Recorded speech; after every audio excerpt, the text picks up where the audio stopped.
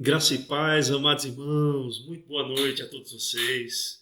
Sejam todos muito bem-vindos mais uma vez para realizarmos a leitura orante dos Salmos. Eu quero dizer, queridos, que é uma alegria para mim ter esse momento com vocês e que isso, assim, aquece o meu coração. Saber que estamos juntos, meditando na palavra de Deus, tomando uma postura de aprendizado, para que possamos saber como nos dirigirmos ao nosso Deus, ao nosso Senhor. É interessante isso, porque se vamos fazer uma apresentação, que é muito importante, a gente se prepara, a gente busca os recursos que são necessários para que a gente não faça feio, não é assim? Mas às vezes ao nos dirigirmos a Deus, a gente acredita que o que vale é aquilo que nós sentimos e ponto final. E não é bem assim. Na oração a gente aprende na prática aquilo que nós já reconhecemos a partir daquilo que Deus revelou a nós. Então, o aprendizado começa a partir daquilo que o próprio Deus revela de sua vontade. E temos muitos exemplos de oração na Bíblia. Ou seja, Deus, através das Sagradas Escrituras, tem revelado a nós como homens piedosos se dirigiram a Ele. Os salmos são exemplos disso. Então a gente tem essa oportunidade, né, de crescer também nesse aspecto da oração, que é um aspecto que muito me interessa.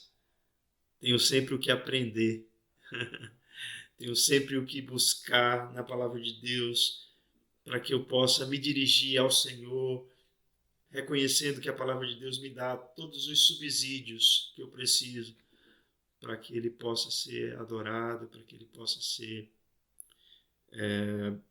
glorificado através da nossa vida, por meio também da oração. Tá? Então não vamos nos demorar mais não. Vamos ao Salmo. É o Salmo de número 32, um salmo bastante conhecido. Algumas pessoas chegam a chamá-lo também de um salmo penitencial, assim como o Salmo 51. Enfim, essas questões a gente vai conversar depois. O que é que vamos fazer?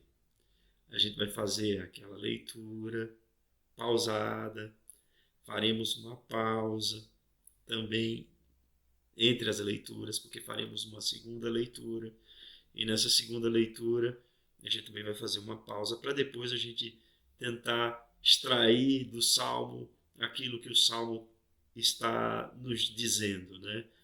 E depois aplicar isso à nossa vida. Vamos juntos? Salmo de número 32. Você pode tomar sua Bíblia aí, se for possível, é claro, ir para um lugar com menos distrações, melhor, tá? É um salmo que, na versão Almeida Revista Atualizada, tem um título que diz assim: A Bem-aventurança de quem recebe o perdão. É um salmo de Davi, é um salmo também didático, um salmo de instrução. A gente vai ter muitos elementos nesse salmo aqui que são diferentes, mas tudo bem. Vamos lá, vamos fazer a leitura. Bem-aventurado aquele cuja iniquidade é perdoada, cujo pecado é coberto. Bem-aventurado o homem a quem o Senhor não atribui iniquidade e em cujo espírito não há dolo. Enquanto calei os meus pecados, envelheceram os meus ossos, pelos meus constantes gemidos todo o dia. Porque a tua mão pesava dia e noite sobre mim, e o meu vigor se tornou em sequidão de estio. Confessei-te o meu pecado, e a minha iniquidade não mais ocultei. Disse: confessarei ao Senhor as minhas transgressões, e tu perdoaste a iniquidade do meu pecado. Sendo assim, todo homem piedoso te fará súplicas em tempo de poder encontrar-te. Com efeito, quando transbordarem muitas águas, não o atingirão. Tu és o meu esconderijo. Tu me preservas da tribulação e me cercas de alegres cantos de livramento. Instruir-te-ei e te ensinarei o caminho que deves seguir, e sob as minhas vistas te darei conselho. Não sejas ou não sejais como o cavalo ou a mula, sem entendimento, os quais com freios e cabrestos são dominados. De outra sorte, não te obedecem. Muito sofrimento terá de curtir o ímpio, mas o que confia no Senhor, a misericórdia o assistirá. Alegrai-vos no Senhor e regozijai-vos, ó justos. Exultai, vós todos que sois retos de coração.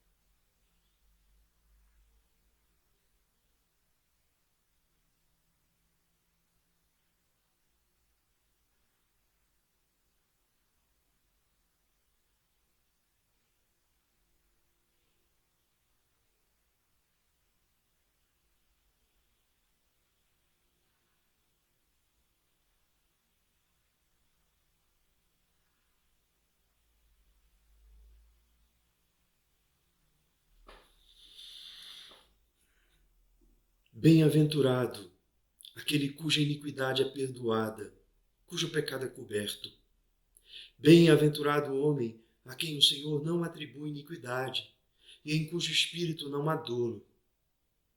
Enquanto calei os meus pecados, envelheceram os meus ossos pelos meus constantes gemidos todo o dia, porque a tua mão pesava dia e noite sobre mim, e o meu vigor se tornou em sequidão de estio.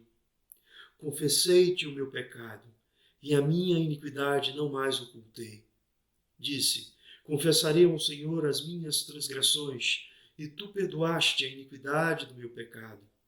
Sendo assim, todo homem piedoso te fará súplicas em tempo de poder encontrar-te. Com efeito, quando transbordarem muitas águas, não o atingirão. Tu és o meu esconderijo, tu me preservas da tribulação e me cercas de alegres cantos de livramento. Instruir-te-ei e te ensinarei o caminho que deves seguir, e sob as minhas vistas te darei conselho. Não sejais como o cavalo ou a mula, sem entendimento, os quais com freios e cabrestos são dominados, de outra sorte não te obedecem. Muito sofrimento terá de curtir o ímpio, mas o que confia no Senhor, a misericórdia o assistirá. Alegrai-vos no Senhor e regozijai-vos, ó justos. Exultai vós todos que sois retos de coração.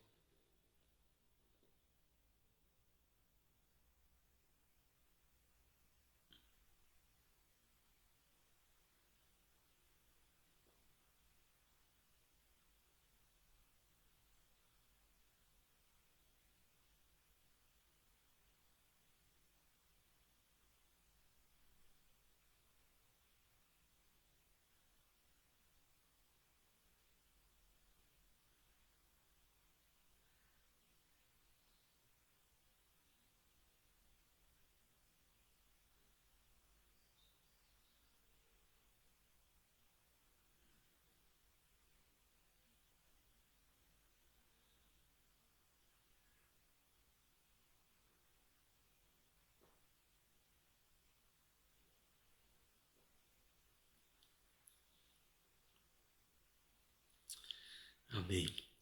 Irmãos queridos, esse é um daqueles salmos que a gente não consegue classificá-lo bem em nenhuma das categorias literárias que existem de classificação dos salmos. Por quê?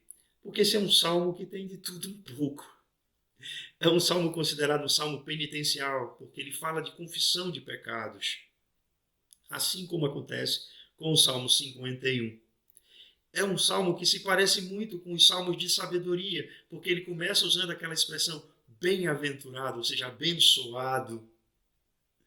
É um salmo também de instrução, até a própria ali, no próprio texto diz que o salmo é de Davi, salmo didático, salmo de instrução, porque tem um momento que ele usa exatamente essa palavra aí para dizer que Deus é aquele que instrui, aquele que ensina o caminho que se deve seguir.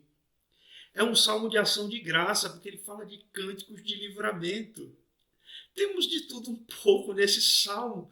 Parece que esse é um daqueles salmos que revela a complexidade da nossa alma. A autoria desse salmo é atribuída a Davi. E Davi é uma dessas figuras complexas, né? Assim também como nós somos. Não vamos também nos colocar à parte dele, né? Na nossa humanidade. E Davi, assim, traz aqui algo que desnuda a sua alma. Há quem atribua esse salmo àquele momento posterior ao pecado que Davi cometeu com Betseba. Porque no primeiro momento de confrontação do pecado, o Salmo 51 ele se encaixa muito bem. Mas parece que esse é um segundo momento, no qual Davi agora se encontra já com o coração restaurado, relembrando de tudo aquilo que houver acontecido e trazendo o ensinamento de Deus como sendo aquilo que foi o fator determinante para a sua conversão. Quando ali o profeta Natã, se aproximando de Davi, expôs aquela situação em que o próprio Davi se sentiu indignado com o procedimento daquele que tomou a ovelhinha do vizinho, não é? E sacrificou e fez um banquete com uma ovelha do vizinho, tendo ele tantas ovelhinhas. Davi, percebendo o seu pecado, confessou o seu pecado, se colocou como sendo aquele que havia feito isso após ser confrontado pelo profeta Natã, que na verdade estava sendo ali um instrumento de Deus para confrontá-lo. Foi o próprio Deus quem confrontou a Davi. É Deus quem nos confronta, meus irmãos. Esse é um salmo que o tema é o tema do perdão. É o tema do perdão. O coração desse salmo está naquele texto ali do verso 5. Confessei-te o meu pecado e a minha iniquidade não mais ocultei. Disse, confessarei ao Senhor as minhas transgressões e tu perdoaste a iniquidade do meu pecado. Esse é o coração do salmo. Ele tem uma estrutura, naturalmente. E qual é a estrutura desse salmo? O que a gente percebe aqui? Olha aí comigo. Tem uma introdução, naturalmente, verso 1 e 2, que trata dessa característica daquele que é abençoado quando perdoado, o que aconteceu com Davi. A gente tem aí a crise que o pecado causa, né? No verso 3 até o verso 5. No verso 3 e 4 ele fala do sofrimento do pecado, como o pecado causa sofrimento, e a gente abordou um pouquinho disso, né, naquelas reações psicossomáticas que parecem se repetirem aqui também, quando a nossa mente sendo maltratada pela culpa que nós não queremos admitir, passa a repercutir também no nosso corpo físico através de enfermidades. Então a gente tem isso nesse salmo também. Mas a gente tem aí, no verso 5, a confissão, que é o coração do salmo. Depois, a gente vai ter aqui uma expressão de salvação, que tem aí também um fato consumado. É uma salvação já consumada, no verso 6 a 9. E, por fim, a gente tem uma conclusão, na qual a gente tira lições aí. E somos chamados a nos regozijar em Deus. Somos convocados a um cântico de alegria e de ação de graças. O fato é que todos nós nos identificamos com esse salmo, porque todos nós somos pecadores, como disse Paulo aos Romanos. Todos pecaram e carecem da glória de Deus. Todos, todo ser humano. Em Adão pecou. Já nascemos com essa estrutura, já nascemos com essa tendência ao pecado. As nossas faculdades mentais já foram afetadas por esse pecado desde a nossa concepção. E o que é que temos agora? A gente tem uma necessidade de um Salvador. uma necessidade de salvação. Todos nós, doutos e pessoas ignorantes, todos nós, ricos e pobres, todos nós, de qualquer que seja a etnia, homens e mulheres, crianças, adultos, todos nós nascemos afetados pelo pecado e necessitamos de um Salvador. Essa é uma premissa que está em toda a Sagrada Escritura, desde o pecado, lá no Gênesis capítulo 3 em diante. Temos essa condição. Então, o que é o mote aqui do Salmo? É que para ser bem-aventurado, para ser abençoado, a gente precisa receber de Deus o perdão. Olha só o que ele começa dizendo, prestem atenção. Bem-aventurado aquele cuja iniquidade é perdoada, cujo pecado é coberto. Bem-aventurado o homem a quem o Senhor não atribui iniquidade e cujo espírito não há dolo. A pergunta que a gente deve se fazer é a seguinte: como é que isso é possível? Se já estamos com todas as nossas faculdades afetadas pelo pecado, como é que nós podemos buscar a Deus? Como é que nós podemos nos dirigir a Deus? Como é que podemos ser abençoados por Deus? Haja vista que Deus é um Deus santo. Só uma forma disso acontecer: se Deus vier ao nosso encontro. Queridos irmãos, isso diferencia o cristianismo de qualquer outra religião que você imaginar. Por quê? Porque nas religiões é comum se buscar um autodesenvolvimento pelos próprios méritos. Todas as religiões do mundo que não sejam o cristianismo, a religião judaico-cristã, vou colocar assim, advoga uma salvação pelas obras, pelos méritos do ser humano. Um desenvolvimento, uma evolução do ser, etc.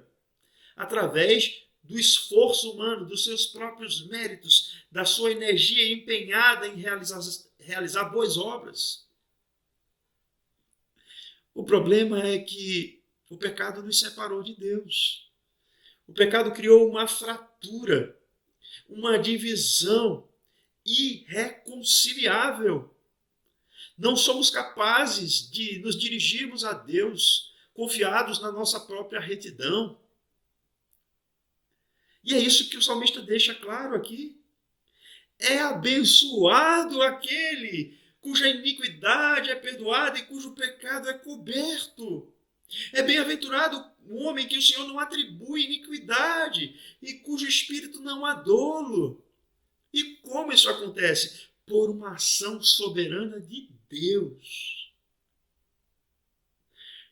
Ele diz aqui: aquele bem-aventurado, o abençoado, aquele cuja iniquidade é perdoada e cujo pecado é coberto.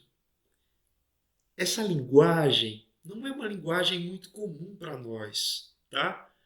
Que somos de origem não judaica. Mas para os judeus isso aqui é muito significativo. Por quê? Cobrir aqui tem a ver com a expiação do pecado. E eles entendiam muito bem isso aqui. O que acontecia?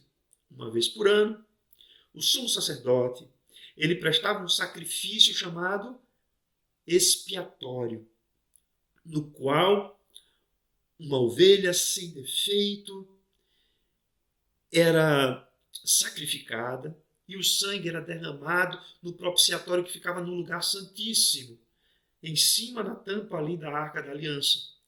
E essa palavra propiciatório dá a entender que a partir do derramamento desse sangue naquele lugar ali, o pecado do povo seria perdoado. Deus seria propício ao povo. Então, o pecado ser coberto para um judeu tinha a ver com Deus se tornar propício através daquele sacrifício.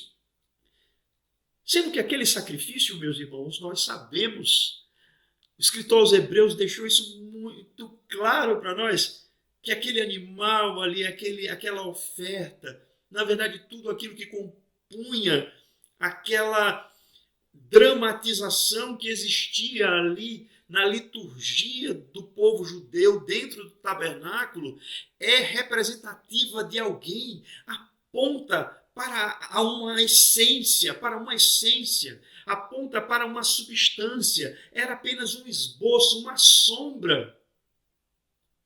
João Batista, ao ver Jesus Cristo, ele disse o seguinte: eis o Cordeiro de Deus que tira o pecado do mundo. É Jesus Cristo aquele que se tornou propício a nós, cujo sangue foi derramado em favor dos nossos pecados.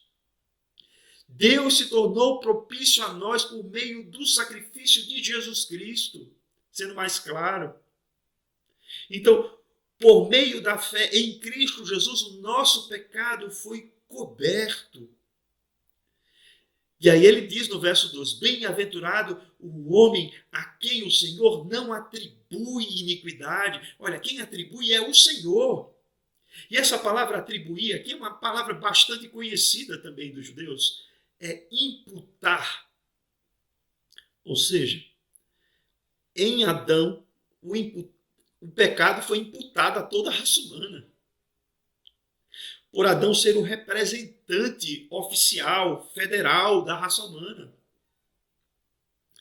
Mas em Cristo Jesus, os judeus, na crença, na fé no Messias que havia de vir, nós, na fé no Messias que veio, cremos que foi Deus que veio ao nosso encontro, que se encarnou e que se ofereceu ali na cruz. Jesus Cristo, Filho unigênito de Deus, Deus de Deus, se ofereceu ali na cruz em sua humanidade também, para oferecer-se como novo representante da raça humana, em sacrifício vivo, santo e agradável a Deus, para que, por meio do seu sacrifício, a justiça de Deus contra o pecado fosse imputada em Cristo Jesus, imputada a Cristo. E para que nós, que éramos dignos da ira de Deus, recebêssemos por imputação a justiça de Jesus Cristo, porque Jesus Cristo não tinha pecado algum. É por isso que se diz que o sacrifício de Cristo foi expiatório.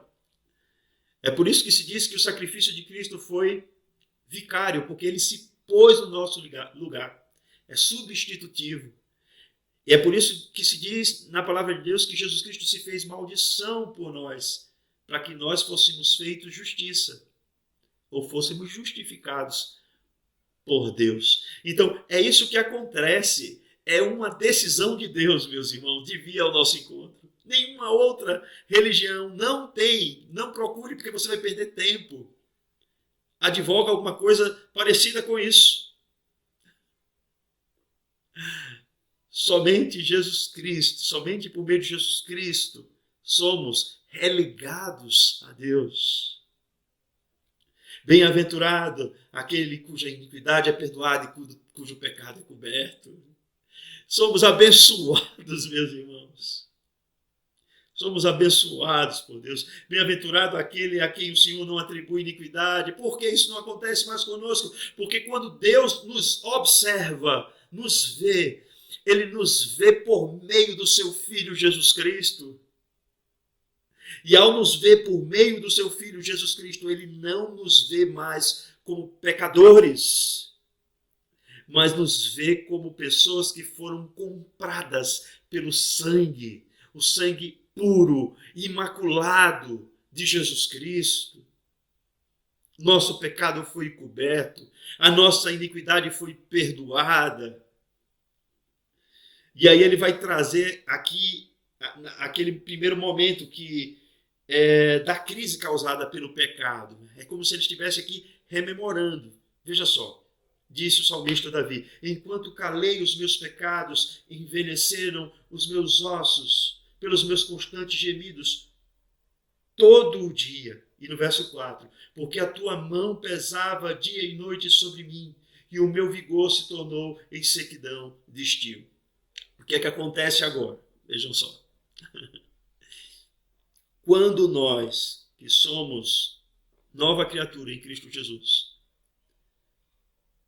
vivemos de maneira a não levar a sério as consequências do pecado, estamos sendo imprudentes. E por que eu digo isso? Porque embora Deus não nos impute mais o pecado, por conta daquilo que Jesus Cristo fez por nós, todas as vezes que nós pecamos, isso tem consequências sobre a nossa vida. Porque Deus, escutem bem, nos trata como filhos. E sabendo da gravidade do pecado, Ele vai fazer de tudo para que nós reconheçamos a nossa necessidade de perdão. O Espírito Santo de Deus vai nos incomodar dentro de nós. Essa culpa que foi colocada ali para dentro da nossa cabeça, numa tentativa de escondermos o nosso pecado, ela começa a ter efeitos sobre a nossa vida. E isso faz parte, escutem só, dos juízos temporais de Deus sobre a vida dos eleitos, para que a nossa vida possa ser ajustada, para que a nossa vida possa ser reencaminhada a Ele. Então, tudo o que acontece conosco em consequência dos pecados, meus irmãos, se somos eleitos em Cristo Jesus, se somos nova criação de fato, isso serve de maneira disciplinadora para a nossa vida, para que nós nos voltemos a Deus arrependidos, para que possamos ter restaurada a alegria da salvação. Então, se a gente sofre por conta de um pecado cometido, isso é para a glória de Deus e para o nosso bem, porque é esse sofrimento que vai fazer com que nos voltemos a Deus. A tristeza que opera em nós, a justiça divina. Então, se é uma tristeza por conta de uma culpa referente a algum pecado que nós praticamos e não confessamos, o Espírito Santo de Deus vai trazer isso à nossa mente, para que nós nos voltemos a Deus com o coração quebrantado, arrependidos, e tenhamos restaurado a nossa comunhão com Ele. Aqui se retoma um pouco daquela noção de psicossomática, né? Como isso tem efeitos no nosso corpo, na nossa vida como um todo, no nosso ser. Nós somos um ser inteiro, meus irmãos. Nós somos uma unidade psicossomática. Nós não somos um corpo e alma separados, como pensavam os gregos. Nós não somos assim. Nós não somos, à luz do cristianismo bíblico, um corpo e uma alma separados, no qual o corpo é apenas um invólucro dessa alma. Não, somos uma unidade que tem características físicas e espirituais. Tomás de Aquino, ele dizia que o ser humano é um ser anfíbio, o que traz essa noção, né? Não somos nem anjos, somente espirituais, nem somos animais. Somos seres que temos entendimento e temos a imagem de Deus impressa em nossa vida. Olha a virada, né? A confissão que acontece aí no verso 5. O salmista diz assim: confessei-te o meu pecado e a minha iniquidade não mais ocultei. Disse: confessarei ao Senhor as minhas transgressões e tu perdoaste a iniquidade do meu pecado. Esse é o ponto de inflexão desse salmo. Irmão, meu irmão, minha irmã, que esteja assistindo esse momento aqui de leitura orante do salmo, se tem alguma coisa aí que Deus tem incomodado o seu coração através do Espírito Santo, para que você confesse, coloque diante dele, não perca essa oportunidade. Porque, como já vimos, o pecado só proporciona sofrimento para a vida de um salvo. O pecado não causa nada de bom. Um pecado não confessado é um pecado que vai nos destruindo de dentro para fora. É como se estivéssemos passando por uma caldeira. O calor vai nos atordoando. Vamos perdendo o senso das coisas de Deus.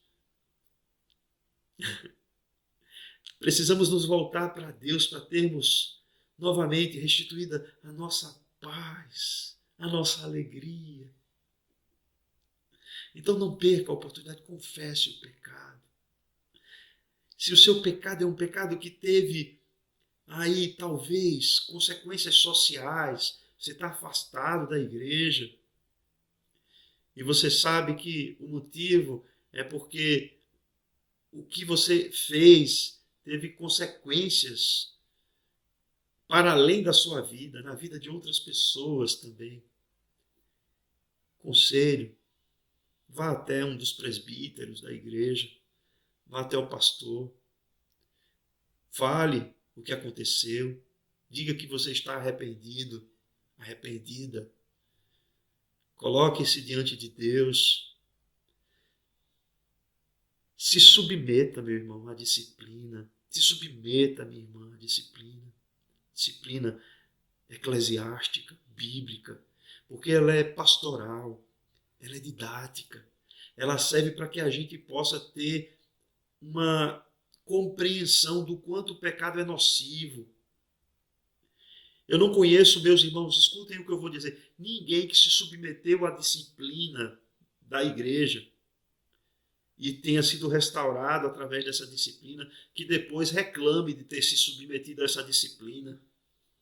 Mas eu conheço muitas pessoas que não se submetem à disciplina e que vivem uma vida longe dos caminhos do Senhor, sofrendo bastante, sem querer admitir que ela precisa ser restaurada à comunhão com os irmãos.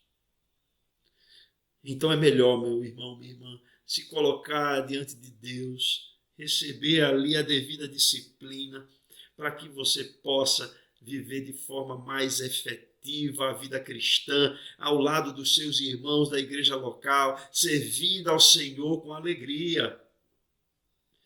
Olha aí o verso 6, ele já começa aqui a trazer um novo movimento, que vai falar de um livramento, de algo que aconteceu na vida de salmista. Ele vai se colocar como um suplicante, veja só, sendo assim, todo homem piedoso te fará súplicas em tempo de poder encontrar-te. Com efeito, quando transbordarem muitas águas, não atingirão. E ele diz no verso 7, tu és o meu esconderijo, tu me preservas da tribulação e me cercas de alegres cânticos de livramento. Qual é o contexto aqui para que os irmãos possam entender? O salmista está dizendo que Deus, na sua misericórdia, Ele nos livra.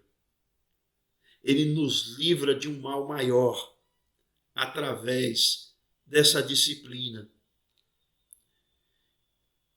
Poderia ser que coisa pior acontecesse a Davi. E olha que teve muitas consequências. O pecado de Davi trouxe muitas consequências à vida dele.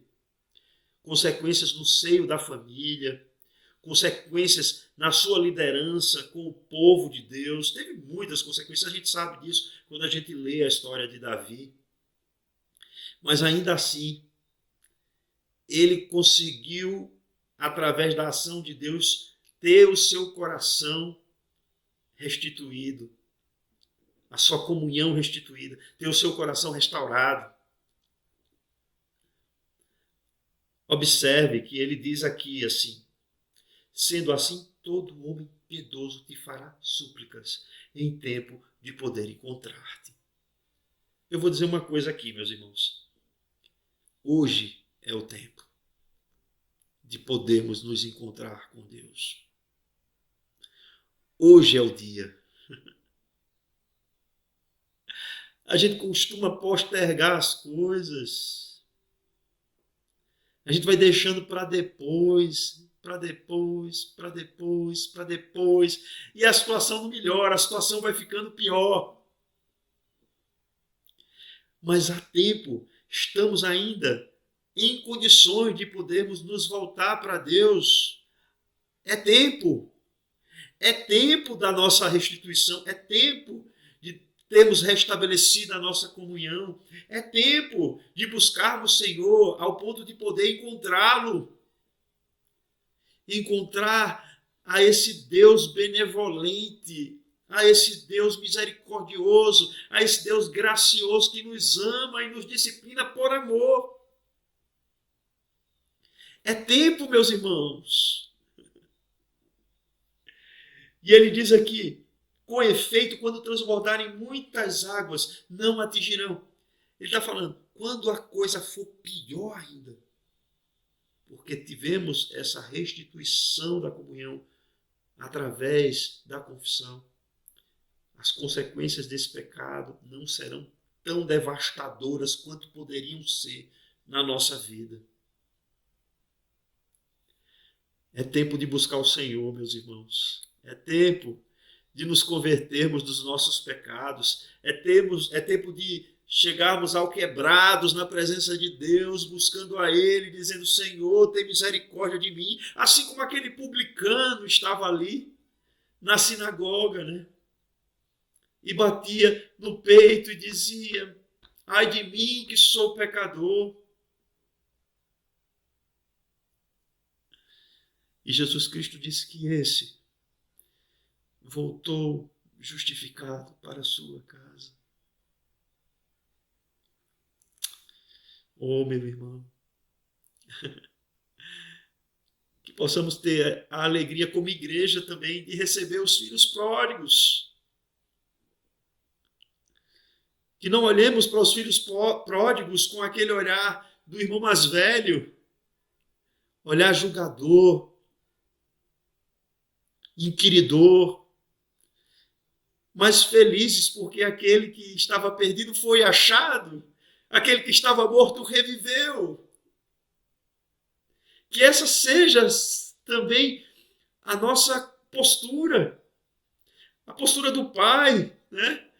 Que dá ali uma festa, põe o anel no dedo, manda matar um bezerro cevado para que se comemore a volta daquele filho. A igreja tem que ter essas portas abertas para os filhos pródigos, para que eles possam passar sim por disciplina, mas para que eles possam ser amados, acolhidos de volta no lugar desse seio paterno. Precisamos, meus irmãos, ter essa compreensão. E ele diz, né? Tu és o meu esconderijo. Tu me preservas da tribulação, no verso 7. E me cercas de cântico de livramento. E aí eu fico imaginando o filho pródigo, sabe? Fazendo aqui um paralelo com esse texto. Ele preparou todo um discurso para voltar para a casa do pai. Porque ele lembrou, né, quando ele chegou àquele fundo do poço ali, de estar cuidando de porcos, que eram animais impuros para os judeus. Ele lembrou que na casa do pai até os empregados eram melhores tratados do que ele. Ele, caindo em si, disse, irei ter com meu pai. E aí ele preparou todo o discurso bonitinho. Só que quando ele chegou aqui e encontrou o pai, quem disse que ele conseguiu dizer que ele queria ser tratado como um dos empregados? Na verdade, o pai já abraçou ele, mandou colocar um anel no dedo, colocar sandália nos pés. E já deu uma festa, meus irmãos. Foi cântico de alegrias, de alegria. A festa no céu quando o pecador se arrepende. E me cerca de alegres cantos de livramento. Como Deus é bom para conosco, meus irmãos. Ele nos restitui a comunhão com os irmãos. Eu não consigo entender, meus irmãos, como alguém que se diz cristão não consegue se vincular a uma igreja local. Não participa do sacramento da ceia do Senhor.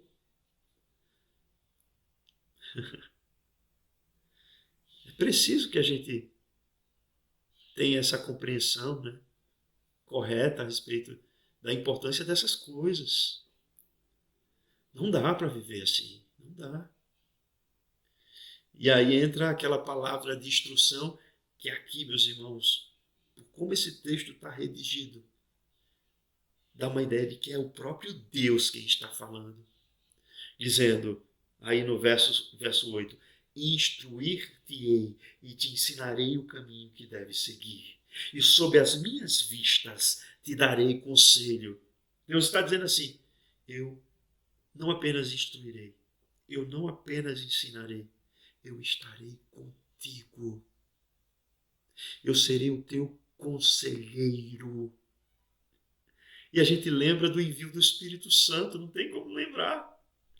Do conselheiro, do consolador que foi derramado sobre a igreja para andar ao nosso lado, para fazer a paracleses. É o nosso conselheiro, é aquele que anda conosco, é aquele que nos faz lembrar das palavras de Jesus Cristo, é aquele que traz ao nosso coração o senso do pecado, da justiça e do juízo. Que o Espírito Santo de Deus haja poderosamente em nossos corações, amados irmãos, para que sejamos pessoas com entendimento, né? Que tenhamos sabedoria do alto, de cima. Olha o que diz o verso 9. Não sejais como o cavalo ou a mula sem entendimento, os quais com freios e cabrestos são dominados, de outra sorte não te obedecem. Misericórdia, né, meus irmãos? É como o texto estivesse dizendo assim, parece que tem gente que não raciocina as coisas, não percebe que está indo de mal a pior e precisa constantemente estar passando pela prova, está passando por uma ação disciplinadora dos juízos temporais de Deus, para poder se voltar para o caminho. Eu me recordei daquilo que o pastor Marcelo falou na congregação no domingo, na congregação Nova Esperança, de uma ovelha que o pastor quebrou a perna, porque ela vivia saindo do caminho. Às vezes Deus age assim conosco. Isso ele faz porque ele não vai nos perder. Jesus Cristo disse que todos aqueles que o Pai lhe deu, eles nunca seriam abandonados, deixados de lado. Mas às vezes é preciso passar por situações dolorosas para que a pessoa se aproxime novamente. Irmãos, infelizmente isso é possível para que Deus não nos perca. E aí ele diz assim, no verso 10, muito sofrimento terá de curtir o ímpio, mas o que confia no Senhor, a misericórdia o assistirá. Aqui um paralelo, né? O que confia no Senhor é o fiel, é o santo. É aquele que está debaixo de um relacionamento pactual com Deus, por meio de Cristo Jesus, do Messias. Né? Então, aquele que está debaixo de um relacionamento pactual com Deus, experimenta a misericórdia de Deus na sua vida. É abençoado, é bem-aventurado. É trazido sempre à comunhão por uma ação soberana de Deus em sua vida. Já o ímpio, meu irmão, ele vai de mal a pior. O sofrimento só aumenta. E é um sofrimento que, às vezes, ele nem percebe. Ele vai sendo destruído sem se dar contas dessa destruição. Ele vai se encaminhando a passos largos para a perdição, mas só que ele não se dá conta disso. E aí, quando o sofrimento bate a porta, que ele tem essa percepção, às vezes já é tarde demais. Não é? E ele conclui esse salmo no verso 11 dizendo: alegrei-vos no Senhor, regozijai-vos aos justos, exultai vós todos os que sois retos de coração. Se Deus nos trata de maneira misericordiosa, se Deus vem ao nosso encontro, se Deus expiou o nosso pecado por meio de Jesus Cristo, se Deus cobriu o nosso pecado por meio da ação de Jesus Cristo na cruz, pela obra realizada por seu Filho, se Deus nos disciplina para termos restituído a comunhão com Ele, se o Espírito Santo de Deus nos faz confessar o pecado que nós cometemos, é para que nós nos alegremos, meus irmãos, é para que o nosso coração se encha de gratidão, porque Deus é um Deus bom demais para conosco. Meu irmão, minha irmã, que você possa trazer isso ao seu coração. Deus é um Deus bom demais, demais. Ele é um Deus tão misericordioso, tão bom para conosco. Que esse é o motivo de estarmos aqui, fazendo essa leitura orante dos Salmos, refletindo em sua palavra. Que o Senhor tenha misericórdia de nós, que o Senhor sempre nos traga de volta a comunhão com Ele e com os nossos irmãos. Que o nosso coração esteja repleto de gratidão, que possamos entoar cânticos de louvor a Deus pelos livramentos que Ele tem nos concedido. E também ao ver os nossos irmãos que estavam desviados, se voltando à casa do Senhor. Que Deus nos ajude, né? Que Deus nos dê sabedoria para que não andemos como os ímpios. Que Deus nos fortaleça através da sua palavra. Vamos orar. Santo Deus, Pai querido e amado, damos graças pela tua palavra, que jamais voltará vazia. Queremos te pedir, ó Deus, que o teu Espírito Santo aplique essa tua palavra em nossos corações. Ó Deus, como é bom sabermos do perdão que tu nos tem oferecido, que nos tem concedido em Cristo Jesus. Enche os nossos corações, Senhor, de gratidão. Ajuda-nos, Senhor, a sempre te buscarmos em confissão, para que possamos ser tratados, para que tu, como conselheiro que anda ao nosso lado, possa sempre nos instruir à luz da tua palavra. É essa a nossa oração, em nome de Cristo Jesus, nosso Senhor. Amém e amém. Queridos irmãos, que Deus abençoe, tenham uma boa noite e até a próxima.